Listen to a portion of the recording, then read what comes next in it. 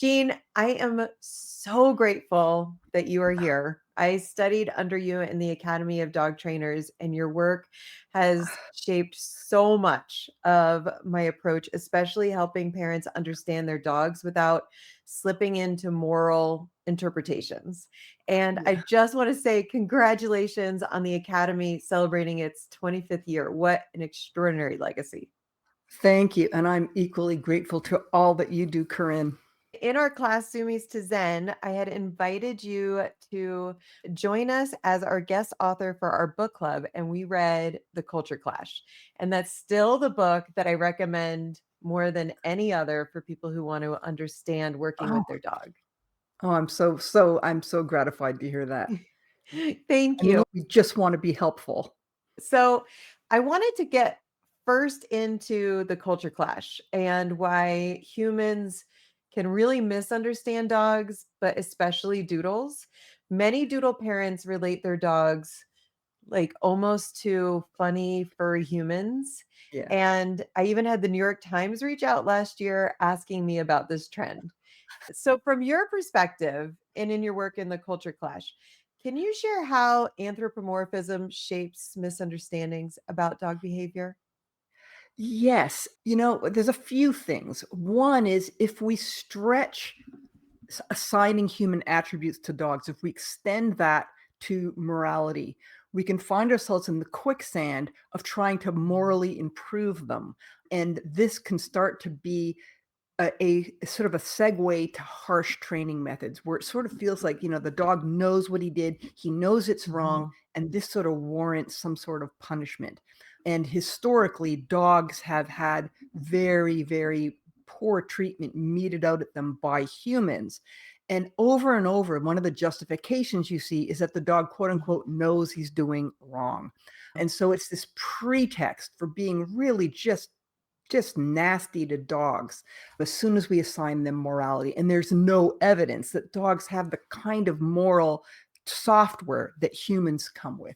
So first Mhm. off the bat, it's just not true. They just aren't like that. And there's something kind of sad about about sort of saying, well, they're humans, as though their dogginess isn't kind of good enough, and it would be Yeah. better or somehow improving them, and we would like them better, and they'd be just a little bit fancier if they were human-like. What is so good about humans? Mhm. There's an implication there that somehow our way is better, that our sort of act in the talent show of being very clever and using language and that sort of thing is somehow superior. And I just don't buy that. It's for sure interesting, humans are a Mhm. great species and very interesting, but so are dogs, like, Yeah. their dogginess is good enough. I mean, they're just fine as they are. We don't need to try and stretch and, contort things and say, "Wow, they're humans," as though that's somehow better. I love that. And in your book, you kind of talk about the Disneyfication of Yeah, dogs and that we really hang on to them being more than just a dog. And you touch on like all the damage we could do if we're applying the way we think to them. And a dog in itself is pretty remarkable. they're fine as they are. It's Mhm. kind of we have I mean, in sort of recent years, it's become to light the way that young girls especially can, suffer anxiety and depression because Yeah. they're comparing themselves kind of the social media feeds of celebrities with full hair and makeup and, and that they end up with sort of low self-esteem because they're comparing themselves to something that really isn't real. And if we start to hold dogs up to, Walt Disney or Lassie type things, which Yeah. are fiction, these are all sort of, they're made to look, unrealistic for narrative purposes. Then dogs end up sort of suffering. They end up coming up wanting. And I Mhm. really worry about that. I completely agree. And you talk a lot in the book about how then we are assuming their intent and that they feel guilty or they're being stubborn. And a lot of that leads us to be more punitive than to It be does. better trainers. Right. Right. Mhm. It is quite the irony that, as soon as we Disneyfy dogs, they end up sort of getting the shorter end of the stick vis-a-vis Yeah. how we're treating them. And it doesn't mean our relationship, if we see them as dogs, needs to be any less Yeah. than No, it's one of the wonders of the universe how, 2 yeah. species can we meld so well together. That's one of the greatest inventions of humans, really, is dogs. When we think about doodles in particular, you can't make a doodle without a poodle. A lot of people are really drawn to, I want the intelligence of a poodle. And you talk a little bit about the kind of misnomer of the intelligence label Yeah. when it comes to dogs. Can you share a little more of that? Yeah, I think we're using sort of the wrong yardstick here, you know? Mhm, It's like kinda like saying, "Corinne, are you sort of the right shade of orange?" It's like it's asking the wrong question. What breed is intelligent, or should we how do we what dogs are intelligent, or we value intelligence in dogs? mhm, Intelligence is sort of an overrated thing, and I think it comes down once again to humans overvaluing ourselves, that because yeah, we're clever, therefore clever is the way that we measure goodness. Clever is sort of the mhm. one yardstick to measure how a species is worthy. It's just sort of remarkable.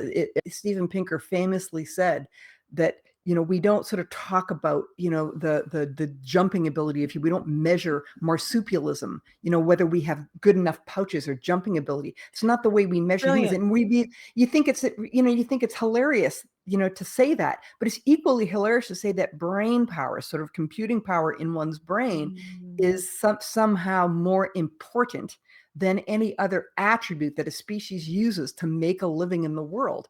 We are not the be all end all. We are sort of a relatively recent bleep on these, in the evolutionary playing field, and it remains to be seen whether we've got any kind of staying power. So, I think we should be a little bit cautious about using human attributes as the way to measure, the superiority of another species. I mean, dogs are fantastic as they are. yes, and understanding them better is something that you Yeah. accomplish so well in this book, and when you're kind of talking about how we use our value system and are applying them to dogs, I see that when people are selecting a breed, and I want an Aussie. I want the smartest, that'll be the fastest to Yeah. train, the most capable. When it comes to doodles, I want an Aussie doodle. I'm gonna Yeah. combine the 2 that are Yeah. on the list for the smartest, and that can kind of bite them, Yeah, and no pun PS, intended. PS, I mean, there's no science really on, what we would you or I would probably define as intelligence. Okay, sort of Mhm, problem-solving ability, sort of, a sort of a wide cognitive toolbox. It's mhm, not something that's been studied in dogs. I would venture that probably what's more important from the perspective of, okay, so why would an Aussie Doodle be such sort of a training machine? They're mhm. easy to motivate. They're what we call drivey. Okay. Yeah. So, they're soft. So if you raise your voice, they, oh, sorry, and people say, well, I'm not being harsh. I'm just, I just said no. They're easy to train with food. They're easy to train with toys. And that ease of training can sometimes be checked off as intelligence, where it's Mhm, probably more ease of motivation. I mean, there's some hounds and some Asian breeds and stuff where they're harder to motivate, but I'm not sure that they're stupider. Once you mhm, get their number, so once you do get them motivated, they seem to learn just as well as your Aussie Doodles. So I'm not sure that there's accuracy about the Aussie Doodle thing, mhm. or Border Collies, or Malinois, or whatever have you. I think we need to first of all control for how easy they are to motivate in training. And you dive I mean, I highly recommend this book, but you dive in so deeply into kind of the fallout and the misnomers of eager to please, and my dog should just want to please me, and that should be Yeah, enough. And when we're yeah, talking about the features, particularly with our doodle mixes, of being softer, yeah, and that sensitivity yeah, means even more dramatic fallout from yeah. some of those outdated methods. Right, it's easier to flatten them, Yeah. so it's like if you had a sensitive human being that was sensitive, more anxious, or more sensitive, you'd wanna Mhm. be gentler with them, and be more careful. If you had a child who was sensitive, Yeah. so if you've got a dog who is more sensitive, you wanna be mindful about that, and and not traumatize them. I mean, they're more easily traumatized by something that might not traumatize a quote unquote harder dog. And so, yeah, I mean, the eager to please thing is just the worst idea that anybody ever came up with. It's inaccurate for one thing. So anybody who claims that they're training on that basis, tell them, okay, can you do this without your special collars, without, frightening and scaring and hurting dogs? Can you still Mhm. train them with just the eager to please? And lo and behold, if you take away their special collars, suddenly they're not getting the job done. So there's a very well-known saying in dog training, which is no motivation, no training. So as soon as Yeah. you take away motivation, it's a non-starter. You can't even start to train a dog if you haven't got something that motivates them. And I repeat this with my students and listeners. My motto is we do the best with what we know. And if you're Yes. just watching some TV and you're listening to your neighbor and your grandpa, like you just are trying, you love your dog and you're trying what you've heard and what you've seen. Yeah. And I mean, dogs are incredibly resilient and social creatures that want to be with us and learn new ways. If you've tried those methods before, all isn't lost. You can still work with your Yeah. dog a different way. Dogs put up with a lot from us, Yeah. and they're very familiar. I think there's a lot of folk knowledge out there about dogs because everybody sort of had one, and Yeah. a lot of people kind of fancy themselves good with dogs or a dog expert because they've kind of had one and they kind of sort of made it work. Yeah. Usually that's because dogs are really good at fitting into human society, even if we don't kind of do it optimally. Mhm. And luckily now we've got more research than ever before. We've got sort of more, a wider sort of swath of people who've been training dogs without hurting them for now probably a few decades and Yeah. getting the job done on all sort of problem types, all breed types, that we now have the technology to do that. So I think the excuse of sort of, making it up as you go along and doing not a very good job is less than it used to be. We need to kind of access the best possible information.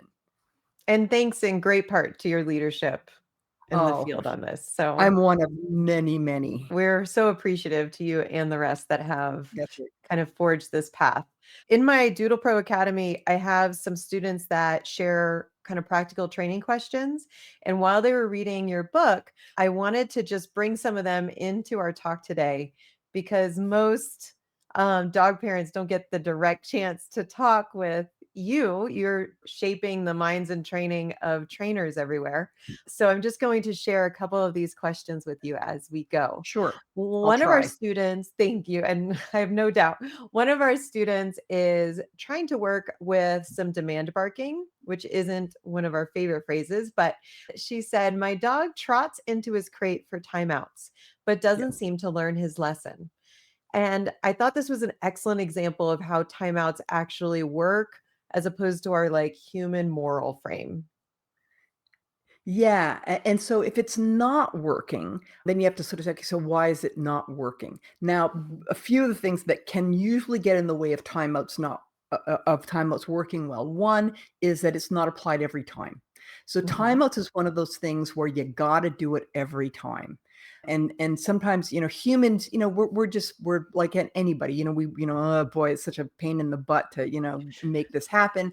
And Yeah. so if it's only happening some of the time, then dogs they can learn the loopholes about, when is she really serious and when is, maybe I can push the envelope a little bit. Dogs are really good Mhm. at that kind of stuff. The Yeah. other thing is if you think about timeouts, they're sort of like a fine. So, if you get a parking ticket, so let's say you're parking somewhere and you're in a big city and the parking ticket that you're anticipating getting is 15 bucks, but it would cost you 50 bucks to put the thing in a garage. You might say, you know what? I'm going to take the ticket. It's better. I'm actually ahead with the ticket. I'm going to go ahead and transgress. So sometimes if the timeout is not, if the dog kind of like, well, I just kind of soon be in my crate anyway for, a minute, then Yeah. it's not enough of a fine. So sometimes what we say in dogs is if a $5 fine is not working, try a $500 fine. Try something where he's really removed, where he does what if does something he doesn't want and you want to give him a consequence. Okay, so how about Mhm. he's in the bathroom and he's sitting there for 5 minutes rather than 30 seconds? Try different kinds of fines to see Mhm. if you could get one that is, and dog says, you know what, that's actually kind of not worth my while. The other thing is that if you're trying to apply fines to behavior that's extremely wired in, now sometimes quote unquote demand barking is pretty volitional. In other words, the dog's got sufficient control over it that, a consequence is going to kind of hit it. But some things, if they're really wired in, and guess who did the wiring? And by the way, it's us. So we Yeah. selectively bred. So we often say to miniature schnauzer people because they get all manner of kind of what we call watchdog barking. Mhm. We spend 100 generations breeding in this, super sensitivity to environmental change and the tendency to kind of bark at it. And then we say, you know what, I don't want it. So it's a kind of a dirty Heavenly. trick Yeah. like, please don't do it anymore. And depending on how strongly it's wired in, it can be a little tougher to modify. So that might be the reason why. And I found, and this is specific to this student, the pup is happily trotting into the crate and laying down for Right. 30 seconds. And it sounds to me like a pattern. The dog's Yeah. kind of learning the pattern Yeah. there as Yeah. opposed It to sounds like seeing a it pattern as that's a fine. Yeah, it's kind of a pattern that's not a very expensive find. He's doing is kind of a game, and Mhm. and why not next time? And if the demand barking is working part of the time, so if a percentage of the time he barks to be let out or to get attention or to get a snacky or to get patting or to get you to look at him or what have you, if it's working a percentage of the time, that's going to support it. Mhm. And I know we have some positive reinforcement trainers listening. And a common question I've heard in your program is, well, aren't we creating a negative connotation to the crate if we use the crate for that removal? It's a rather long-winded answer. I mean, I'll try to give you the Yeah. TLDR, version of it, which is, Yes. the aren't we creating, in other words, our intention doesn't make the crate negative. So if the dog already likes his crate and you use the crates for timeouts, it's not a timeout. You're not going to ruin the crate. You're just not going to get much of an effect. It's like saying, whenever you do something I don't like, I'm going to happy talk you. And because my intention is that this is a timeout, then, oh, am I going to destroy happy talk? No, you're just going to support the behavior. Okay. So Mhm. it doesn't work that way. You can't ruin the crate or give the crate negative connotations just because you're intending to use it as timeout. If the dog likes the crate, he likes the crate. Now, here's the thing. The dog probably likes the crate when he wants to be in it. So let's say there's sometimes he wants to go in there to nap or to be alone or to, Mhm. chew on a chew or what have you. He wants it at that time. If at this time he wants to be outside the crate, then it could very well work as a consequence to put him in the crate. I often say to people who wrestle with this concept, imagine a thought experiment where we're all in the crate together. So let's say you had a big enough crate and you're in the crate with the dog and you're all, you're hanging out and you're doing stuff and you're holding a chew for him and he does something you don't like and you put him outside the crate. And if that functions as a timeout, are you then corrupting, are you ruining the outside world? It Mhm. really is about, making things worse for the dog in terms of where he would like to be. It's not about the crate per se. Mhm. And Sometimes people can get their heads around that and sometimes they can't. If people actually can't, then the easiest thing is to punt and to say, okay, you don't have to use the crate, or you could have two crates, have evil crate and good crate, or use the laundry room, or just leave, or you leave the room. There's a lot of ways Mhm. to accomplish this. You don't have to use a crate. And to challenge ourselves to not use our child rearing or school kind of human thought process about it. This isn't a naughty spot or a dunce cap where we're shaming or Right, like a it is a punishment in a way of child yeah, rearing. This is removing access from the yummy great right. stuff. It's And making something not work. yeah. It's just saying it's eradicating the success of something you don't like. So dogs do what works. And if you Mhm. can make something absolutely not work, in other words, dog says, this was really getting me X. Now, not only is it not getting me X, it's, I'm going back a few yards. Suddenly he's going to change his mind about doing it. It's nonviolent. Dogs don't have shame the way that humans do. Mhm. And that is something that is very important to understand. Yes, thank you. Another question that was shared kind of with the human emotion piece. A student said panting is confusing. Sometimes it's excitement, sometimes it's stress, sometimes frustration. How do you help people understand arousal without projecting human emotion onto it? It's a great question, and it's a tough one, and I don't have magic there. I can say that panting is often what we call an artifact. In other words, it's not, a sign of something insidious. The primary way that dogs cool themselves off, and dogs are very good at tolerating cold generally. They're Mhm. not very good at tolerating heat.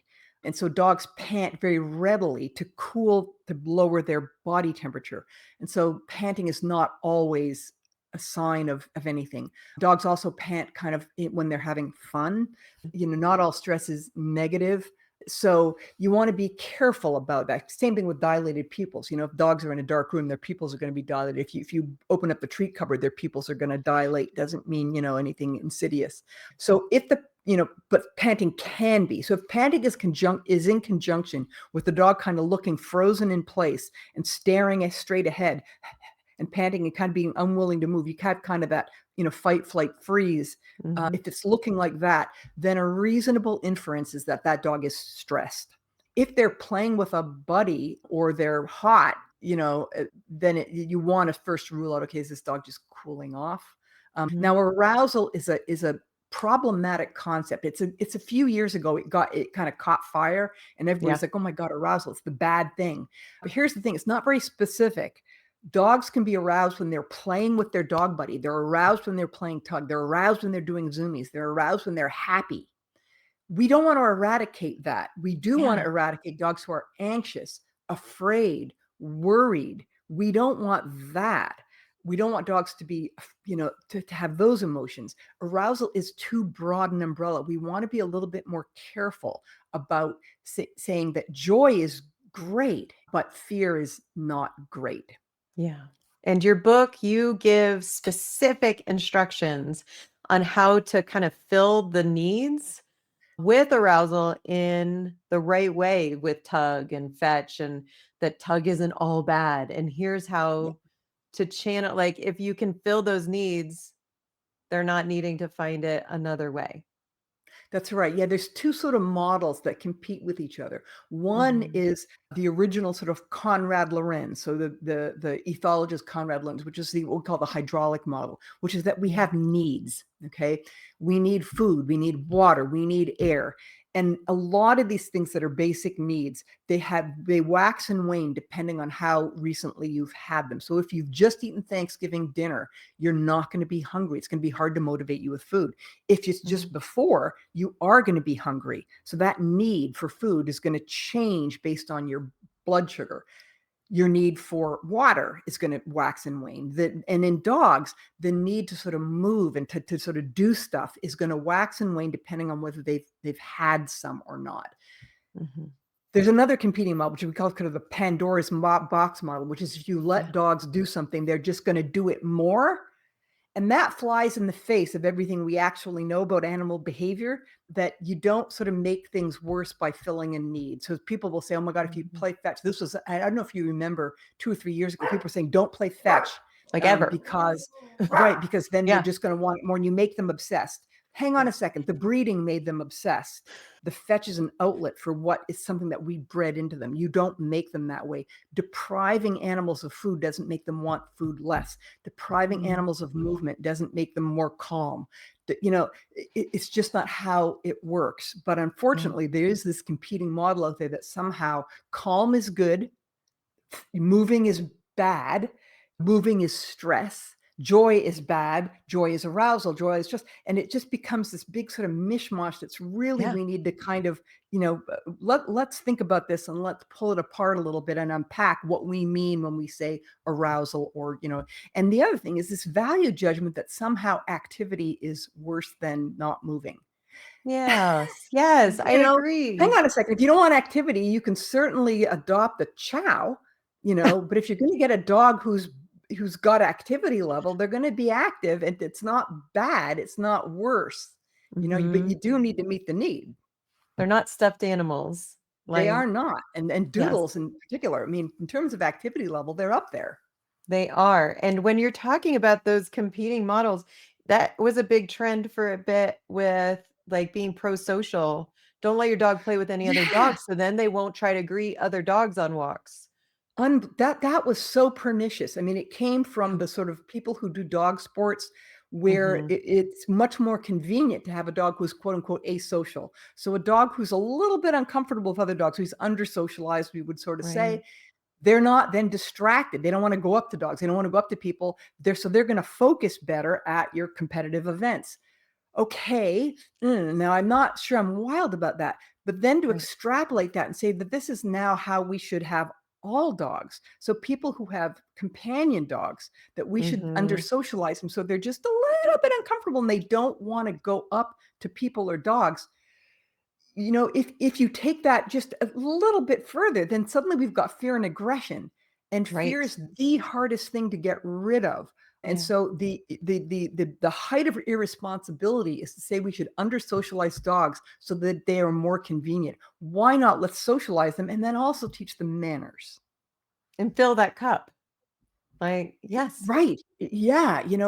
I think it's a very, luckily that idea fell by the wayside, didn't have any legs, Mhm. Yeah. but I remember like you do. And that's why in puppy classes, you'll have little play breaks to, like, fill that need. So, Yeah.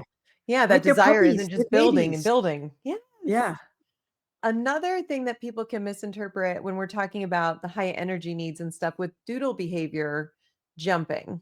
People can see that as friendliness or disobedient or that they're being dominant Oh, over them. We hear still. that a little bit. I know. Yeah. But for some dogs, it can also be anxiety and trying to create distance. Can you kind of talk us through that a little bit? Yeah, jumping generally. Mhm. Generally speaking, dogs jump up in the context in which they jump up when we are novel to them. So if you go away for Yes. 4 hours and you come back, it's when they wanna jump on you. Dogs are Mhm. wired to greet other beings with a lot of sort of face-to-face contact, sniffing Yes. each other's muzzles, sometimes there's licking and so on. We have the mistake of being vertical, so our faces are up high, and for them to access our faces, they jump. Then we go crazy with the interpretations about this. Mm. Jumping generally speaking, jumping up is pro-social. In other words, I work on chows all day, every day. And what these people would give when they've got a dog doesn't like people, they would give anything to have the problem of a dog who's too pro-social, because trying to fix a dog who's not pro-social, who's asocial or Mm. antisocial, is a big Mhm. order. So it's a nice problem to have, jumping up, because what you do is you just gradually teach them an alternative behavior. When you're greeting, please sit, or please keep four on the floor. And if you do that, there's going to be snacks, there's going to be attention. And if you can do it, I mean, some people are comfortable, some people are not. Facial Mhm. proximity. Get down to their level and let them sniff and lick your face. Yeah. That's what they're compelled to do. They're compelled to do it the way that we're compelled to do things like smile at each other. We have a lot of social conventions like shaking hands, or things that we do that are human norms. And one of the Mhm. norms in dog culture is facial proximity and face-to-face contact after absence, or when greeting, or when being obsequious, etc. And the behavior they're doing what works, it's functional, it's not moral. It's No, no, no. they think they're doing the right thing. Yeah. In dog society, it's the polite thing to do. Mhm. They're compelled to do it. Once again, they're saddled with a genetic legacy of, this is the way that, when dogs meet, they sniff rears and they sniff each other's faces. And with us, they want that facial proximity. Dogs like to lick faces. They want to be near our faces. Yeah. Um, yeah, and so one of the best, put it this way, if all this other stuff was the problem, then why is training the dog to sit? Why does it work so well? Mhm. Why not just train the dog to sit and stop the over interpretation? Yes. And I unfortunately, I mean, I'm grateful to have them, but I have a lot of students that come to me frustrated with their doodle jumping, and they have gotten advice saying, "Knee them in the chest," Ex and or they've had someone use a shock collar or e-collar Oh gosh. when they're jumping.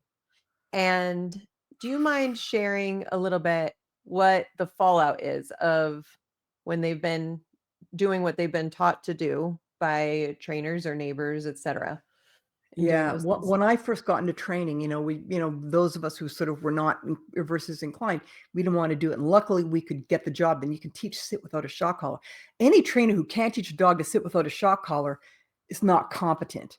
Mhm, This is not hard to do. You basically gradually escalate the degree of distraction until you're doing mhm, social distractions and and then doing it after absences and stuff.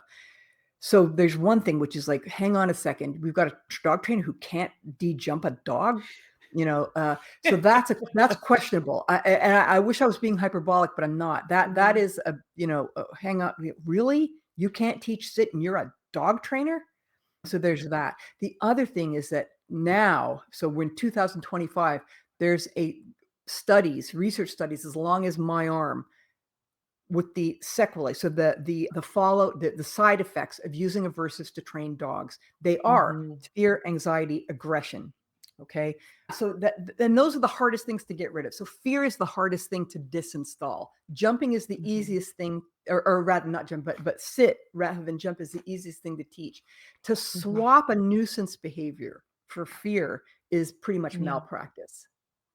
And then that means if you've been kneeing your dog in the chest when they jump at you when you come in the Yeah, house, we've it's kinda just like, I equated. meet kinda like I meet you in a restaurant, you extend your hand, and I Yeah. slap you in the face. Like, like, what can we do better than that? I don't want my dog to associate me walking in the door with pain or discomfort. Yeah, especially when he's trying to greet you, he's happy to see you, Yeah. So, yeah, they you know? might stop, but at what cost? Yeah, Yeah. yeah, it's just I don't know, sometimes you just gotta wonder about people, like, really? And if it's all you've been taught and you didn't know how to, Right. have Yeah, you different don't have behaviors. to. You just you Yeah. teach the dog sit, you gradually increase the distractions, and then you migrate into the social context. Yeah. There are some trainers that don't love working with doodles. And sometimes it can be doodle parents assuming that they're like just teddy bears. And I mean, they're adorable. They are. But when we're talking about high energy, sometimes super prosocial, Yeah. athletic ability, and that softness, You didn't that could even be a mention the real mix. grooming. Oh my goodness. Yes, even if you're just going sporty and you're getting a shave down, just the expense Yeah, you and still have to the do it. husbandry It's not of like it, a yes. whippet. Yes. Is there anything that you would advise a doodle parent who's looking for a trainer? How to find one that's a good fit?